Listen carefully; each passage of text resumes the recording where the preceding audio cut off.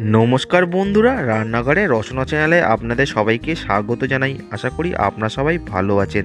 আজকের আমাদের রেসিপি আমের চাটনি। গরমের শুরুতে কাঁচা আম দিয়ে আমের চাটনি খেতে কার না ভালো লাগে। আজ আমি খুব সহজে আর খুব তাড়াতাড়ি সুস্বাদু আমের চাটনি কীভাবে তৈরি করবেন সেটাই করে দেখাচ্ছি। আর আমার চ্যানেলে নতুন সদস্য হয়ে থাকলে চ্যানেলটাকে অবশ্যই সাবস্ক্রাইব করে দেবেন, পাশে থাকা বেল আইকনটা ক্লিক করে দেবেন নতুন নতুন ভিডিওর নোটিফিকেশান সবার আগে আপনার কাছে পৌঁছানোর জন্য। আর বন্ধুরা, আপনারা ভিডিও দেখছেন কিন্তু চ্যানেলটাকে সাবস্ক্রাইব করছেন না, তো প্লিজ চ্যানেলটাকে সাবস্ক্রাইব করে দিয়ে ভিডিওগুলো এনজয় করুন। আর আমার চ্যানেলটাকে যে সকল বন্ধুরা অলরেডি সাবস্ক্রাইব করে রেখেছেন তাদের অসংখ্য ধন্যবাদ। চলুন এবার রান্নাটা আমরা শুরু করি। আমি এখানে 4 পিস কাঁচা আম নিয়েছি। আমগুলো আমরা খোসা শুদ্ধই কেটে নিয়েছি।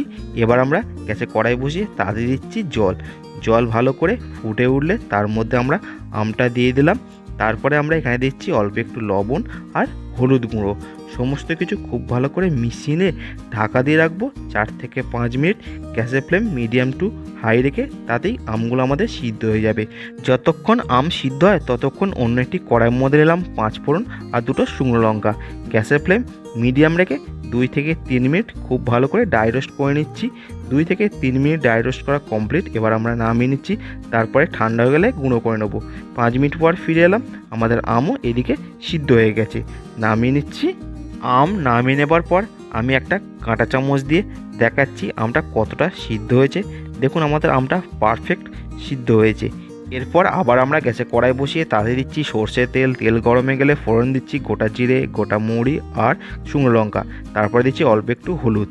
সমস্ত কিছু গ্যাসের ফ্লেম মিডিয়াম টু লো রেখে 30 সেকেন্ড একটু নাড়াচাড়া করে নিচ্ছি। তারপরে আমরা সিদ্ধ করা আমটা এখানে দিয়ে দিলাম। আম দেবার পর গ্যাসের ফ্লেম মিডিয়াম টু হাই করে 1 থেকে 2 মিনিট নাড়াচাড়া করে নিচ্ছি।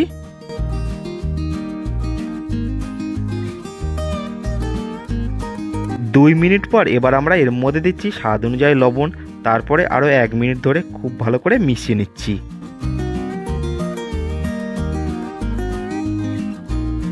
1 মিনিট ধরে লবণটা মেশানো কমপ্লিট হয়ে গেলে এর মধ্যে দিয়ে দিচ্ছি 1 বাটি চিনি, অর্থাৎ এখানে 200 গ্রাম চিনি আমরা ব্যবহার করলাম। আপনারা যে আমে চাটনি করবেন সেই আমটা কতটা টক সেই বুঝে আপনারা চিনিটা ব্যবহার করবেন। এখানে গ্যাসের ফ্লেম মিডিয়াম টু লো করে 2 মিনিট ধরে খুব ভালো করে চিনিটা আমরা মিশিয়ে নিলাম। তারপরে দিচ্ছি অল্প একটু জল দেওয়ার পর ভালো করে আবার মিশিয়ে নিয়ে গ্যাসের ফ্লেম লো করে 5 মিনিটের জন্য রেখে দেবো। তাতে চিনিটাও ভালোভাবে গলে যাবে আর চিনির শিরাতে আমগুলো খুব ভালোভাবে সিদ্ধ হয়ে যাবে। এই দিকে আমরা প্রথমে যে মশলাটা ড্রাই রোস্ট করে রেখেছিলাম 5 ফোড়ন আর শুকনো লঙ্কা, সেটাই গুঁড়ো করে নিয়েছি। তার মধ্যে দিলাম চাট মশলা আর আমচুর পাউডার। সমস্ত কিছু খুব ভালো করে মিশিয়ে নিচ্ছি। মশলা ভালো করে মিশিয়ে নিয়ে 5 মিনিট পর আমের চাটনির মধ্যে আমরা দিয়ে দিলাম। তারপরে হালকা হাতে নাড়াচাড়া করে নিলেই আমের চাটনি আমাদের কমপ্লিট হয়ে গেল। চলুন এবার নামিয়ে সার্ভ করি। খুব সহজে আর খুব তাড়াতাড়ি এইভাবে আমের চাটনি আপনারাও বাড়িতে তৈরি করে ফেলুন। আশা করি খুবই ভালো লাগবে।